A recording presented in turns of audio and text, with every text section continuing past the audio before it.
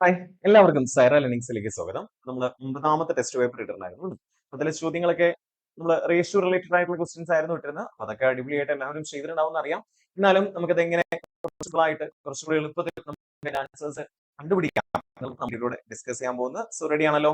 നമ്മുടെ ആദ്യത്തെ ചോദ്യം എന്ത് റിലേറ്റഡ് ആയിരുന്നു? ഡാറ്റ ഇന്റർപ്രിട്ടേഷൻ റിലേറ്റഡ് ആയിരുന്നു അല്ലേ? ഒരു ടേബിൾ തന്നിട്ടുണ്ട്, അതുമായിട്ട് ബന്ധപ്പെട്ട കുറച്ച് ചോദ്യങ്ങൾ ചോദിച്ചിട്ടുണ്ട് അല്ലെ? നമുക്ക് എന്താണ് ടേബിളിൽ 5 കോളേജുകളുടെ ഡീറ്റെയിൽസ്, അതിൽ നമ്പർ ഓഫ് എംപ്ലോയീസ് ഉണ്ട് അല്ലെ? ABCD എന്ന് പറയുന്ന 5 കോളേജസ്, അതിലെ ടോട്ടൽ നമ്പർ ഓഫ് എംപ്ലോയീസ്. അതിനകത്തെ മെയിൽ ടു ഫീമെയിൽ റേഷ്യോ ആണ് നമുക്ക് തന്നിരിക്കുന്നത്. അപ്പൊ ആദ്യത്തെ ചോദ്യം എന്തായിരുന്നു? What is the total number of male employees taking all the colleges together എന്നുള്ളതാണ്. അപ്പൊ നമുക്ക് എല്ലാ കോളേജിലെയും ഏത് എംപ്ലോയീസിനെ കാണണം? മെയിൽ എംപ്ലോയീസിനെ കാണണം. അപ്പൊ നമ്മൾ ചെയ്യേണ്ട പരിപാടി എന്താ? ഇവിടെ ആദ്യം ചെയ്യേണ്ട കേസ് ഇതിന്റെ റേഷ്യോ എന്നുമായി അർത്ഥം എന്താ? ഇവിടെ നമ്മൾ 13 പ്ലസ് 6 9 പാർട്ടായിട്ട് 3040 ഡിവൈഡ് ചെയ്യുകയാണെങ്കിൽ അതിൽ 13 പാർട്ട് ആളുകൾ മെയിലും 6 പാർട്ട് ആളുകൾ ആരുമാണ്? ഫീമെയിലും ആണെന്നുള്ളതാണ് അർത്ഥം. നമ്മൾ എങ്ങനെ അത് കണ്ടുപിടിക്കാം? 3040 നമുക്ക് എല്ലാം എന്തായാലും കണ്ടുപിടിക്കുന്നതിന് ഒറ്റയടിക്ക് നമുക്ക് ഇതിന്റെ പല സാധനങ്ങളും ഒന്ന് കണ്ടുപിടിച്ചേക്കാം. 3040 എംപ്ലോയീസ് ആണ് അത് നമ്മൾ എത്ര പാർട്ടായിട്ടിരിക്കുന്നു? 19 പാർട്ടായിട്ടിരിക്കുന്നു അല്ലെ? 3040 എന്ന് പറയുമ്പോൾ നമുക്ക് ഓരോ പാർട്ടിലും എത്ര എംപ്ലോയീസ് വെച്ചിട്ടുണ്ട് എന്നുള്ളത് കിട്ടും. അപ്പൊ അതില് 13 പാർട്ട് മെയിൽസ് പറയുമ്പോൾ ഇൻറ്റു 13 ചെയ്ത് ഓരോ പാർട്ടിലും എത്ര എംപ്ലോയീസ് ഉണ്ടെന്ന് കണ്ടുപിടിച്ചു.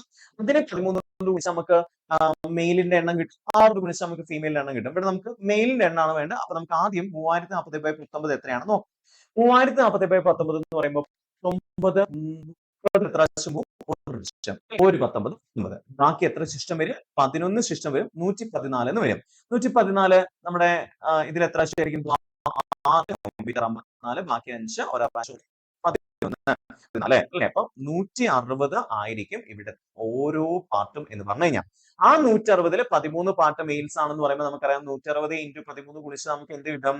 മെയിൽസിന്റെ എണ്ണം കിട്ടില്ലേ? അപ്പൊ 160 × 13 ഗുണിച്ച് നോക്കിയേ, 160 × 10 1660 × 480 1600 എത്ര കിട്ടും? 2080 മെയിൽസ് ആയിരിക്കും അവിടെ ഉണ്ടാവാം അല്ലെ? അത് അവിടെ നിൽക്കട്ടെ. ഇനി അടുത്തത് രണ്ടാമത്തെ കേസിൽ നമ്മൾ നോക്കുമ്പോൾ 3360 തിരിച്ചിരിക്കുന്നു. അപ്പൊ ഓരോ പാർട്ടിലും എത്രയുണ്ടെന്ന് എങ്ങനെ കണ്ടുപിടിക്കാം? 33 4 7 28 അല്ലെ? ബാക്കി 5 56 480 പാർട്ട്. ഓരോ പാർട്ടിലുള്ള എംപ്ലോയീസിന്റെ എണ്ണം അങ്ങനെ 4 പാർട്ടായിട്ടാണ് മെയിലിനെ തിരിച്ചിരിക്കുന്നത്. 4 പാർട്ടുകൾ ചെയ്തതാണ് മെയിൽ. 480 × 4 80 × 4 320. അപ്പൊ 1920 പേരായിരിക്കും നമ്മുടെ ബി പറയുന്ന കോളേജിലെ മെയിൽസിന്റെ എണ്ണം അല്ലെ? ഈ സിയിലെ എണ്ണം കണ്ടുപിടിക്കണേ. ആദ്യം സിയിലെ ഓരോ പാർട്ടിലും എത്ര വെച്ചിട്ടുണ്ട് നമുക്ക് ആദ്യം കണ്ടുപിടിക്കണം അല്ലെ? നമുക്ക് ഇവിടെ 160 കിട്ടി. നമുക്ക് ഇവിടെ എഴുതി വെക്കാം കേട്ടോ, കാരണം ഓരോ പാർട്ടിലും എത്ര പേരുണ്ട് എന്നുള്ളത്. 9 ബൈ 9 20 അല്ലെ? 0 വെട്ടിപ്പോയ 2 1 പ്രാവശ്യം 9 2 4 പ്രാവശ്യം 8 ബാക്കി 1 6 പ്രാവശ്യം. അപ്പൊ 146 ആയിട്ടാണ് ഓരോ പാർട്ടിയും തിരിച്ചിരിക്കുന്നത്. ആ 146 × 9 അല്ലെ? 100 × 9 40 × 9 360. അപ്പൊ 900 360 കൂടി 1260 അല്ലെ? 1260 പിന്നെ 54 1260 54 ആദ്യം 314 എന്ന് കിട്ടും അല്ലെ? 1260 54 കൂട്ടിയാൽ ഒന്നുകൂടെ നോക്കാം. 146 × 9 ഗുണിക്കുന്നതിന് പകരം 100 × 9 ഗുണിച്ചപ്പോ 900, 40 × 9 ഗുണിച്ചപ്പോ 360, 900 360 കൂടെ കൂട്ടി 1260, പിന്നെ 6 × 9 54, 1260 54 കൂടെ കൂട്ടി 1314 എന്ന് കിട്ടി. അടുത്തത് ഡിയുടെ കേസിലേക്ക് വരുമ്പോൾ 2760 പേരാണ് അവിടെ. 13 കൂട്ടിയത് 23. സോ 23 എത്ര പ്രാവശ്യം പോവും? ഒരു പ്രാവശ്യം അല്ലെ? ബാക്കി 4 ശിഷ്ടം 46 2 പ്രാവശ്യം, അങ്ങനെ 120 ആയിരിക്കും ഓരോ പാർട്ടിയും അവിടെ ഉണ്ടാവുക. ഇപ്പൊ 120 അറിയാം, 1200 ആണ് വേണം. അടുത്ത 2840 ആണ് ടോട്ടൽ എംപ്ലോയീസ്. അതിന് 13 + 7 20 പാർട്ടായിട്ടാണ് തിരിച്ചിരിക്കുന്നത്.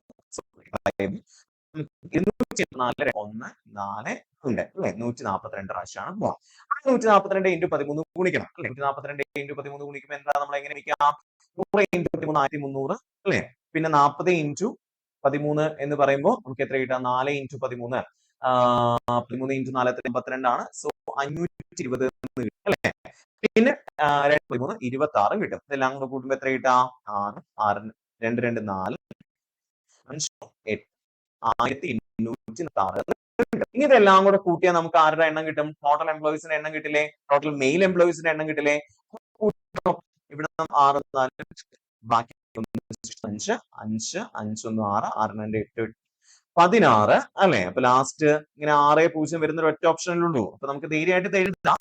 16 കിട്ടി. ബാക്കി ശിഷ്ടം 8 1 9 9 2 11 11 3 14 9 23 3 ബാക്കി 2 ശിഷ്ടം അല്ലെ? 2 2 4 4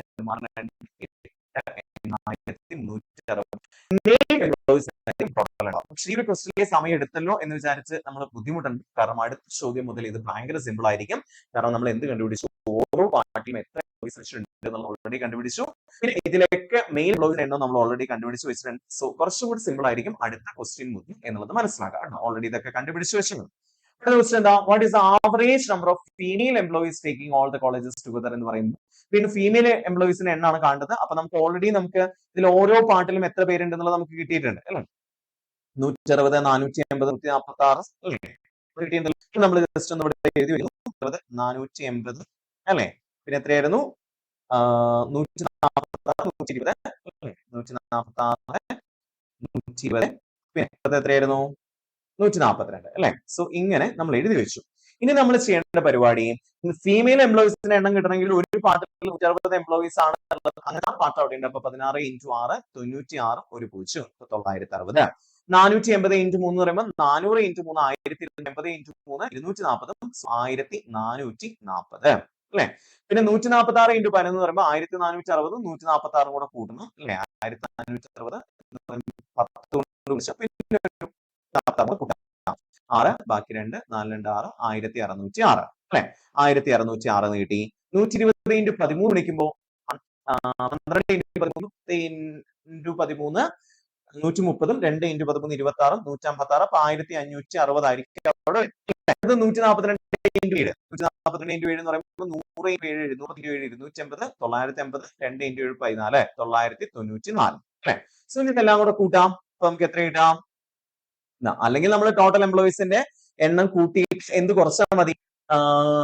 ടോട്ടൽ മെയിൽ എംപ്ലോയീസ് നമുക്ക് അറിയാം. കുറച്ചാലും നമുക്ക് ഫീമെയിൽ എംപ്ലോയീസിന്റെ എണ്ണം കിട്ടും.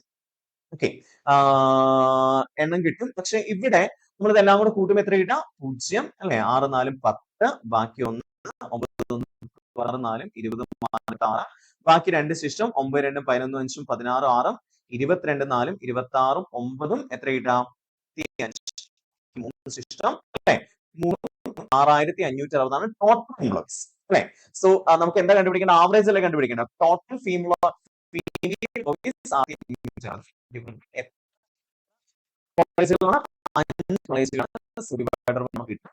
ആൻസർ. നമുക്കറിയാം 1 6 1 5 5 അല്ലെ? ബാക്കി 1 ശേഷം 15 60 എത്ര ആയിരിക്കും? 5 ബാക്കി 1 ശേഷം 10 2 പ്രാവശ്യം. സോ 1312 ആയിരിക്കും average number of female employees taking all the college together എന്നുള്ള സാധനത്തിന്റെ ആൻസർ. ഓക്കെ അല്ലേ? അടുത്ത ക്വസ്റ്റ്യൻ എന്താ? The number of male employees in working in colleges A and E C together. നമുക്ക് ഓൾറെഡി ആദ്യത്തെ ക്വസ്റ്റ്യൻസിൽ അറിയാം എയിൽ സിയിൽ എത്ര എംപ്ലോയീസ് ഉണ്ട് എന്നുള്ളത്. എയിൽ എത്ര എംപ്ലോയീസ്? സിയിൽ 1314. ഇത് രണ്ടും കൂടെ കൂട്ടുമ്പോൾ എത്ര കിട്ടാം? 2080 1380 1314 കൂടെ കൂട്ടുമ്പോൾ എത്ര കിട്ടാം? നോക്കി എത്ര കിട്ടാം? 4 8 9 304 ആയിരിക്കും അവിടുത്തെ ടോട്ടൽ മെയിൽ എംപ്ലോയീസ് അല്ലെ? അപ്പൊ അത് more than the number of female employees working in colleges. അപ്പൊ നമുക്ക് ബിയിലും ഡിയിലും എത്ര ഫീമെയിൽ എംപ്ലോയീസ് ഉണ്ടെന്ന് നോക്കി. 1440 1560 അപ്പൊ 1440 കൂടെ കൂട്ടുമ്പോൾ 0 അല്ലെ? 6 4 10 ബാക്കി 1 5 ബാക്കി 1 3000 എംപ്ലോയീസ് ആണ് ഉള്ളത്. 3000 എന്ന് പറയുന്ന സാധനം 394 തമ്മിലുള്ള എന്ത് ഡിഫറൻസ് കണ്ടുപിടിച്ചിട്ട് നമുക്ക് എന്താ വേണ്ട? 3000-നേക്കാൾ എത്ര കൂടുതലാണെന്നല്ലേ ചോദിക്കും. 3000 × 100 എന്നാണ്. 3399 മൈനസ് 3000 4 ഡിവൈഡഡ് ബൈ 3000 × 100 എന്ന് വരും അല്ലേ? അപ്പൊ നമുക്കിത് താഴെ 3000 ആയോണ്ട് നമുക്ക് ഈ 2 പൂജ്യങ്ങളെ വെട്ടിക്കളയാനാണ് കുറച്ചുകൂടെ നല്ലത്. അപ്പൊ 394 30 എത്ര ആശം പോകുന്നു? 30 പ്രാവശ്യം വരും. ബാക്കി 9 ശിഷ്ടം 4 എത്ര പ്രാവശ്യം പോകും? ഏകദേശം 3 പ്രാവശ്യം പോകും. സോ അപ്പോ ബാക്കി 4 ശിഷ്ടം ഉണ്ടാവും. പക്ഷെ എന്നാലും അപ്രോക്സിമേറ്റ്ലി എത്ര പെർസെന്റേജ് ആയിരിക്കും?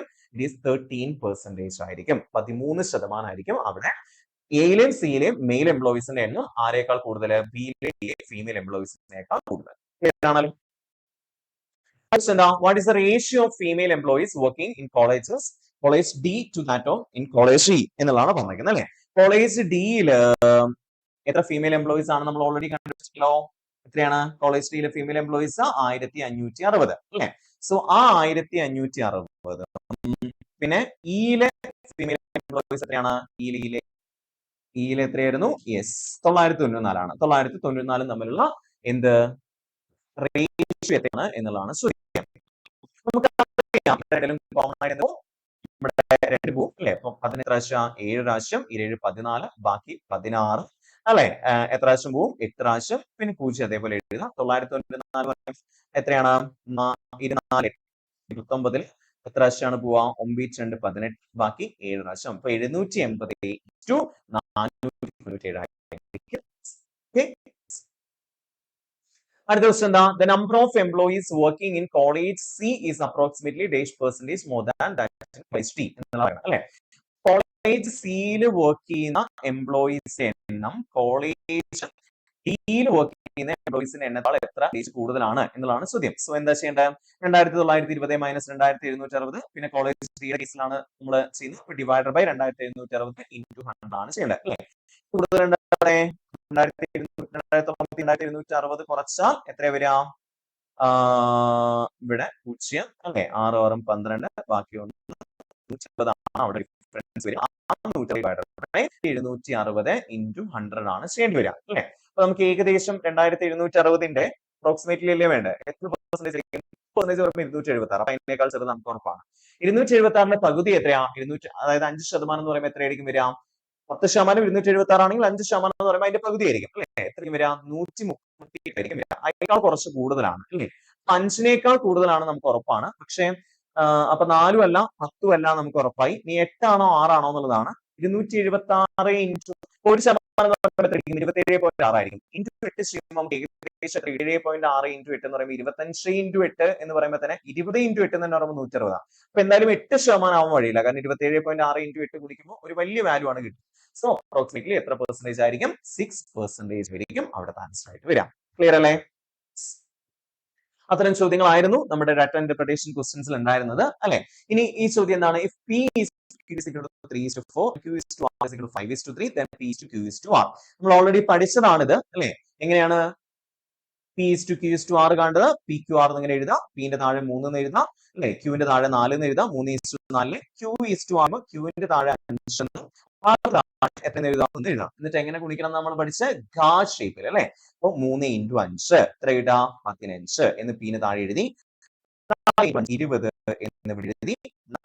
12 എന്നിവിടെ എഴുതി. അപ്പൊ എത്രയായിരിക്കും ഇവിടുത്തെ റേഷ്യോ? 15:20:12 ഓക്കെ അല്ലേ? യെസ്. അടുത്ത ക്വസ്റ്റ്യൻ എന്താ? The ratio of present ages of P and Q is 3:2. 4 years back the ratio was 5:3. What will be the ratio after 4 years എന്നുള്ളതാണ് ചോദിച്ചേക്കണം. അപ്പൊ ഇപ്പോഴത്തെ പ്രസന്റ് ഏജ് 3:2 ആണെന്ന് പറയുമ്പോൾ പിന്റെ ഏജിനെ നമുക്ക് 3x ആയിട്ടും ക്യൂവിന്റെ ഏജിനെ 2x ആയിട്ടും വെച്ച് എക്സ് എന്ന് പറയുന്ന കോമൺ ഫാക്ടർ വെച്ച് വെട്ടി ചെറുതാക്കിയപ്പോഴായിരിക്കും 3:2 എന്ന് കിട്ടിക്കണം. നമ്മൾ അങ്ങനെയാണല്ലോ റേഷ്യോ കാണാം. കോമൺ ആയിട്ട് രണ്ടിലും കോമൺ ആയിട്ട് പോകുന്ന ഒരു വലിയ സംഖ്യ വെച്ച് നമ്മൾ അതിനെ ആ സംഖ്യ നമ്മൾ എക്സ് ആയിട്ട് എടുക്കുകയാണെങ്കിൽ ആദ്യത്തെ പിയുടെ കറക്റ്റ് ഏജ് എത്രയായിരിക്കും? 3x ഉം ക്യൂവിന്റെ കറക്റ്റ് ഏജ് എത്രയായിരിക്കും? 2x ആയിരിക്കും. 4 years back എന്ന് പറയുമ്പോൾ 4 വർഷങ്ങൾക്ക് മുമ്പ് എത്രയായിരിക്കും? 3x - 4 ആയിരിക്കും അല്ലെ. പിന്നെ ക്യൂവിന്റെ വയസ്സ് എത്രയായിരിക്കും? അപ്പോ 2x - 4 വർഷങ്ങൾക്ക് മുമ്പുള്ള രണ്ടുപേരുടെയും വയസ്സ് 4 വയസ്സ് കുറവായിരിക്കും. ഇപ്പോൾ ഉള്ള റേഷ്യോ 5:3 ആണെന്ന് പറഞ്ഞാൽ 5/3 ആണ് വരിക. ഇനി എന്ത് ചെയ്യണം? ഇതിനെ അങ്ങോട്ട് ഒന്ന് ക്രോസ് മൾട്ടിപ്ലൈ ചെയ്യാം. 3x - 4 is equal to എന്താ വരിക? 5 × 2x - 4 5 × 2x - 4 എന്ന് എഴുതാം. ഇനി ഓപ്പൺ ചെയ്യാം 9x അല്ലെ. പിന്നെ 3 × - 4 എന്ന് പറയുമ്പോൾ എത്ര കിട്ടും? -12. ഓപ്പൺ ചെയ്യുമ്പോഴോ 5 into 2x എന്ന് പറയുമ്പോൾ 10 അല്ലെ. പിന്നെ 5 into -4 എന്ന് പറയുമ്പോൾ -20 എന്ന് കിട്ടി. ഇനി നമ്മൾ ഇതിനെ എക്സിനെല്ലാം കൂടെ ഒരു സൈഡിലേക്ക് കൊണ്ടുവരാം. അപ്പൊ വലിയ എക്സ് എവിടെ കിടക്കുന്നോ അങ്ങോട്ട് ചെറുതിനെ കൊണ്ടുവരാം. അപ്പൊ 9x ഇങ്ങോട്ടും വന്നോട്ടെ, -20 ഇങ്ങോട്ടും വന്നോട്ടെ. -20 ഇപ്പുറത്ത് വരുമ്പോൾ എന്താ വരാ? 20 minus 10x ആ 9x ഇപ്പുറത്തേക്ക് വരുമ്പോൾ എന്ത് വരും? -9x. 10x minus 9x എത്രയാ? x ആണ് അല്ലെ. അപ്പൊ 20 എക്സിന്റെ വാല്യൂ എത്രയാണ്? ഇനി എന്താ ചോദ്യം? 1 അപ്പൊ എക്സിന്റെ വാല്യൂ 8 ആണെങ്കിൽ ഇപ്പോഴത്തെ വയസ്സുകൾ എത്രയൊക്കെ ആയിരിക്കും ആലോചിച്ച് 3 into 8 24 വയസ്സുകൾ. ന്റെ വയസ്സ് 3 into 8 എക്സിന്റെ വാല്യൂ ആണ് 8 എന്ന് കിട്ടിയത്. അപ്പൊ 3 into 8 24. ക്യൂവിന്റെ വയസ്സ് എത്രയായിരിക്കും? 2 into 8 16 ആയിരിക്കും ക്യൂവിന്റെ വയസ്സ്. ഇനി നമ്മൾ 4 വർഷങ്ങൾക്ക് ശേഷം തമ്മിലുള്ള റേഷ്യോ എത്രയാണെന്നുള്ളതാണ്. അപ്പൊ 4 വയസ്സാണെങ്കിൽ 4 വർഷം കഴിഞ്ഞാൽ 28. പിന്നെ 16 ആണ് ഇപ്പോഴത്തെ വയസ്സെങ്കിൽ 4 വർഷം കഴിഞ്ഞാൽ 20 അല്ലെ. അപ്പൊ 28 20 എന്ത് പോവും? 4 പോവും. 4 7 പ്രാവശ്യം 24 ആൻസർ 7:5 ആയിരിക്കും ആൻസർ. ആണല്ലോ. അടുത്ത ക്വസ്റ്റ്യൻ എന്താ? A and B invest in the ratio 3:5. After 6 months, finds the business investing an amount equal to B. അല്ലെ. At the end of the year, what will be the ratio of the profits എന്ന് ചോദിക്കുമ്പോൾ നമുക്കറിയാം ഇവിടുത്തെ ratio നമ്മൾ ആദ്യത്തെ ആളുടെ ഇതിനെ X എന്ന് 3x രണ്ടാമത്തെ ആളുടെ ഇൻവെസ്റ്റ്മെന്റ് 5x എന്ന് എടുക്കുകയാണെങ്കിൽ 3x എമൗണ്ട് എത്ര വർഷം അവിടെ കിടക്കും? ഒരു വർഷം കഴിയുമ്പോൾ എന്ന് പറയുമ്പോൾ എത്ര മാസം അവിടെ കിടന്നുണ്ട്? 12 മാസം അവിടെ കിടന്നുണ്ട് അല്ലെ. 3x 12 കിടന്നിട്ടുണ്ട്. പിന്നെ അടുത്ത ആളുടെ ബിയുടെ 12 മാസം കഴിയുമ്പോൾ 3x into 12 എന്നുള്ള ഒരു റേഷ്യോയിൽ എടുക്കും. പിന്നെ ബിയുടെ ഇൻവെസ്റ്റ്മെന്റ് 5x ആയിരിക്കും അല്ലെ. അപ്പൊ 5x into എത്രയെന്ന് എടുക്കും? കാരണം ഇതിന്റെ ഇൻവെസ്റ്റ്മെന്റും എത്ര കാലം കിടന്നിട്ടുണ്ട്? 12 മാസം കിടന്നിട്ടുണ്ട്. ഇനി 6 മാസം കഴിഞ്ഞ് ക്വിറ്റ് ചെയ്യുകയാണെങ്കിൽ എത്രയാണ്? 5x into 6 ആണ് അവിടെ എഴുതേണ്ടത് അല്ലെ. ഇനി അടുത്താണ് സി വരികയാണ്. സി വരുന്ന സമയത്ത് സിന്റെ നമുക്കറിയാം ഈക്വൽ ടു ബി. ബിനെ എത്രയാണോ ഇൻവെസ്റ്റ് ചെയ്യുന്നത് 5x എമൗണ്ട് തന്നെയാണ് സിയും ഇൻവെസ്റ്റ് ചെയ്തിട്ടുണ്ടാവുക. സോ അത് എത്ര മാസേ പക്ഷെ കിടക്കുന്നുള്ളൂ? 6 മാസം കഴിഞ്ഞ് വന്നുകൊണ്ട് ബാക്കിയുള്ള 6 മാസേ അയാളുടെ ഇൻവെസ്റ്റ്മെന്റ് അവിടെ കിടക്കുന്നു. ബിയുടെ ഇൻവെസ്റ്റ്മെന്റ്സ് തമ്മിലുള്ള റേഷ്യോ ഇതാണ്. ഇൻവെസ്റ്റ്മെന്റ്സ് റേഷ്യോ തന്നെയാണ് എന്തായിട്ട് മാറുക? പ്രോഫിറ്റിന്റെ റേഷ്യോ ആയിട്ട് മാറുക. അതായത് ഇൻവെസ്റ്റ്മെന്റ് എത്ര ഇൻറ്റു എത്ര മാസം എന്നുള്ള സാധനം അതിന്റെ റേഷ്യോ കണ്ടുപിടിച്ചാൽ മതി. അപ്പൊ നമുക്കറിയാം 3x into 12 എന്ന് പറയുമ്പോൾ 36x അല്ലെ. അല്ലെങ്കിൽ നമുക്ക് ഇതിൽ കോമൺ ആയിട്ട് വെട്ടി പോകണം സാധനം ഉണ്ടെങ്കിൽ ചെയ്യാം. അതായത് ഇപ്പൊ 12 6 പോവില്ലേ? 12 6 2 പ്രാവശ്യം 12 6 2 പ്രാവശ്യം 6 ഒരു പ്രാവശ്യം അല്ലെ. അപ്പൊ പിന്നെ എക്സ് ഇല്ല എല്ലാത്തിലും. എക്സ് എല്ലാത്തതും വെട്ടിക്കളയാൻ വേണ്ടി പറ്റും. എന്താ 3 into 2 6 5 into 2 10 10 into 1 7. പിന്നെ 6ലും 10ലും 5 കോമൺ ആയിട്ടൊന്നും പോകാനില്ലാത്തതുകൊണ്ട് അവരുടെ പ്രോഫിറ്റുകൾ തമ്മിലുള്ള റേഷ്യോ എത്രയാണ്? 6:10:1. അതായത് എത്ര പ്രോഫിറ്റ് കിട്ടിയോ അതിൽ 6 ഭാഗം 6 + 10 16 5 21 ഭാഗമായിട്ട് ഡിവൈഡ് ചെയ്തിട്ട് അതിൽ 6 ഭാഗം കൊടുക്കും എക്ക് കൊടുക്കും, 10 ഭാഗം ബിക്ക് കൊടുക്കും, 5 ഭാഗം സിക്ക് കൊടുക്കും. ക്ലിയർ ആണല്ലോ? യെസ്. അടുത്ത ക്വസ്റ്റ്യൻ എന്താ? Among 132 examinees of a certain school, the ratio of successful to unsuccessful students is 9:2. അപ്പൊ 132 സ്റ്റുഡൻസ് മൊത്തത്തിലുള്ളത്. അതിനെ നമ്മൾ എത്ര പാർട്ടായി ഡിവൈഡ് ചെയ്യുന്നു? 9 + 2 11 പാർട്ടായി ചെയ്യുന്നു. ഓരോ പാർട്ടിലും എത്ര ഉണ്ടാവും? ഒരു 11 2 സെഷൻ 22 2 പ്രാവശ്യം 12 പേര് വെച്ചിട്ടായിരിക്കും ഓരോ പാർട്ടിലും ഉണ്ടാവുക. അതില് സക്സസ്ഫുൾ എന്ന് പറയുന്ന കുട്ടികളുടെ എണ്ണം അല്ലെ. സക്സസ്ഫുൾ കുട്ടികളുടെ എണ്ണം എത്രയായിരിക്കും? 9 into 12 അല്ലെ. 9 into 12 എത്രയാ? 10 into 9 90, 2 into 9 18. അപ്പൊ എത്ര കിട്ടാം? 108 കുട്ടികളായിരിക്കും സക്സസ്ഫുൾ ആയിട്ട് അവിടെ ഉണ്ടാവുക അല്ലെ. ഇനി അൺസക്സസ്ഫുൾ സ്റ്റുഡൻസിന്റെ എണ്ണോ? അൺസക്സസ്ഫുൾ എന്ന് പറയുമ്പോൾ അൺസക്സസ്ഫുൾ സ്റ്റുഡൻസ് പറയുമ്പോൾ എങ്ങനെയായിരിക്കും വരിക? ഇവിടെ 2 പാർട്ടായിരിക്കും വരിക. അപ്പൊ 2 into 12 24 കുട്ടികൾ തോറ്റ കുട്ടികളുമാണ്. ചോദ്യം എന്താ? 4 കുട്ടികൾ കൂടെ പാസ്സായിട്ടുണ്ടെങ്കിൽ പാസ്സായ കുട്ടികളുടെ എണ്ണം എത്രയായിരുന്നു? 108 ആയിരുന്നു ഇപ്പോഴും. അപ്പൊ 4 കുട്ടികളും കൂടെ പാസ്സായ എത്ര പേരാവുമായിരുന്നു? 112 പേരും ആവുമായിരുന്നു. പക്ഷെ തോറ്റ കുട്ടികളല്ലേ പാസ്സാവുക. അപ്പൊ 24 എന്നുള്ള തോറ്റ കുട്ടികളുടെ എണ്ണം എത്രയായിട്ട് മാറുമായിരുന്നു? 20 എന്നായിട്ട് മാറുമായിരുന്നു. സക്സസ്ഫുൾ ടു അൺസക്സസ്ഫുൾ സ്റ്റുഡൻസിന്റെ റേഷ്യോ എത്രയാണെന്ന് ചോദിച്ചാൽ 112/20 ചെയ്യാം. 4 കുട്ടികൾ പാസ്സാവുമ്പോൾ ഓട്ടോമാറ്റിക്കലി തോറ്റ കുട്ടികളുടെ എണ്ണം കുറയും അല്ലെ. 24 എന്നുള്ള എത്രയായിട്ട് മാറും? 4 കുട്ടികൾ കുറഞ്ഞ് 20 ആയിട്ട് മാറി. ഇനി 112/20 എത്രയാണ് പോവാ? 112ലും 20ലും 4 പോവും അല്ലെ. 11ൽ 4 എത്ര പ്രാവശ്യം? 24 ബാക്കി 32 8 പ്രാവശ്യം 20 5 പ്രാവശ്യം 28/5 ദാറ്റ് ഈസ് 28:5 ആയിരിക്കും സക്സസ്ഫുൾ ടു അൺസക്സസ്ഫുൾ സ്റ്റുഡന്റ് പുതിയ റേഷ്യോ എന്ന് പറയുന്ന സാധനം. ക്ലിയർ ആണല്ലോ? യെസ്. അടുത്ത ക്വസ്റ്റ്യൻ എന്താ? A B C invested 13,000 17,000 5,000 respectively in a business at the end of year they earn a profit of rupees 1,400. അപ്പൊ നമുക്ക് ഇവിടെ ഇത്ര മാസത്തേക്ക് എല്ലാ മാസങ്ങളും കറക്റ്റ് ആയതുകൊണ്ട് ഇപ്പൊ നമുക്കറിയാം പ്രോഫിറ്റ് റേഷ്യോ കണ്ടുപിടിക്കാൻ എന്താ ചെയ്യാ, എത്ര വർഷത്തേക്ക് കിട്ടും? അപ്പൊ 14,000 into 12 is to 17,000 രൂപ രണ്ടാമത്തെ ആൾ ഇട്ടിരിക്കുന്നു, അതും 12 മാസത്തേക്ക് തന്നെയാണ്. അപ്പൊ ഇൻറ്റു 12. പിന്നെ 5,000 രൂപ ഇട്ടിരിക്കുന്നു, അതും 12 മാസത്തേക്കാണ്. സോ 5,000 into 12 എന്നാണ് എഴുതുക അല്ലെ? പ്രോഫിറ്റ് റേഷ്യോ കാണാൻ നമുക്കറിയാം 12 എല്ലാത്തിലും കോമൺ ആയിട്ട് വരുന്നതുകൊണ്ട് അത് വെട്ടിക്കളയാം. സോ എന്ത് ചെയ്യേണ്ട ആവശ്യമില്ല, അങ്ങനെ സെയിം മാസങ്ങളിലേക്ക് അല്ലെങ്കിൽ സെയിം വർഷങ്ങളിലേക്കാണ് ഇവർ ഇട്ടിരിക്കുന്നെങ്കിൽ ആ എമൗണ്ട് അവിടെ എഴുതേണ്ട ആവശ്യമില്ല. അപ്പൊ ഇൻവെസ്റ്റ്മെന്റ് റേഷ്യോ തന്നെ കണ്ടുപിടിച്ചാൽ മതി, സെയിം മാസങ്ങളാണെങ്കിൽ, സെയിം കാലാവധി ആണെങ്കിൽ. അപ്പൊ 13,000 ഇസ്റ്റു 17,000 ഇസ്റ്റു 5,000 എന്ന് പറയുമ്പോൾ 3 പൂജ്യങ്ങൾ വെച്ച് അങ്ങനെ വെട്ടിപ്പോയാൽ 13:17:5 ആണ് അവിടുത്തെ ഇൻവെസ്റ്റ്മെന്റ് റേഷ്യോ. അത് തന്നെയാണ് അവിടുത്തെ എന്ത് റേഷ്യോ? പ്രോഫിറ്റ് റേഷ്യോ അല്ലെ? അപ്പൊ ടോട്ടൽ എത്ര പാർട്ടായി തിരിക്കണം? 13, 17, 30, 5 35 പാർട്ടായി തിരിക്കണം. സോ 1,400നെ 35 പാർട്ടാക്കി നമ്മൾ ഡിവൈഡ് ചെയ്യുകയാണെങ്കിൽ അല്ലെ എത്രയാണ് വരിക? ഓരോ പാർട്ടിലും ബീസ് ഷെയർ ഓഫ് പ്രോഫിറ്റ് അല്ലേ പറഞ്ഞേക്കണം. അപ്പൊ ബിക്ക് എത്ര പാർട്ട് കൊടുക്കണം? അതില് 17 പാർട്ട് കൊടുക്കണം. ഇൻറ്റു 17 കൂടെ ചെയ്താൽ മതി അവിടെ. ഒരു പാർട്ടിൽ എത്രയുണ്ടെന്ന് കണ്ടുപിടിച്ച് ഇൻറ്റു 17 ചെയ്താൽ മതി. അപ്പൊ നമുക്കറിയാം 140 35 എത്ര പ്രാവശ്യം പോവും? 35 into 2 70 ആണ്. അതിന്റെ ഇരട്ടിയാണ് 140 എന്ന് പറയുമ്പോൾ 35 into 4 ആയിരിക്കും 140 അല്ലെ? 40 into 17 40 into 17 എത്രയായിരിക്കും? 17 into 4 68. സോ 680 രൂപയായിരിക്കും ആരുടെ പ്രോഫിറ്റ്? ബിയുടെ പ്രോഫിറ്റ്. ഇനി എയുടെ പ്രോഫിറ്റ് ആണ് കണ്ടെങ്കിൽ 13 കൊണ്ട് ഗുണിക്കുക, സിയുടെ പ്രോഫിറ്റ് ആണ് കാണുന്നെങ്കിൽ 5 കൊണ്ട് ഗുണിക്കുക. ഏതിനെ? 40നെ.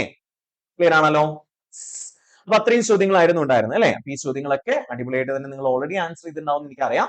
എന്നാലും നമ്മൾ അതിന്റെ കുറച്ചുകൂടി ബെറ്റർ ആയിട്ടുള്ള കുറച്ചുകൂടി ഈസി ആയിട്ടുള്ള വേസ് ആണ് പറഞ്ഞു തന്നത്. സോ അപ്പൊ അതെല്ലാവരും ഡൗട്ട് ഉള്ളത് ഈ പറഞ്ഞ പോലെ ഒന്ന് ക്ലിയർ ആക്കി പോവാം. ഓക്കെ, സോ അപ്പൊ കൂടുതൽ ക്വസ്റ്റ്യൻസ് വർക്ക്ഔട്ട് ചെയ്യാം. നമ്മുടെ എക്സാം അടുത്തെത്താനായി. അപ്പൊ എല്ലാവരും അടിപൊളിയായിട്ട് ഉഷാറായിട്ട് മുന്നോട്ട് പോകാൻ ശ്രമിക്കുക എന്നാണ് പറയാനുള്ളത്. അപ്പൊ നമുക്ക് അടുത്ത ആഴ്ചത്തെ ടോപ്പിക്കുമായിട്ട് കണ്ടുപിടിക്കും. അതുവരേക്കും താങ്ക് യു വെരി മച്ച്.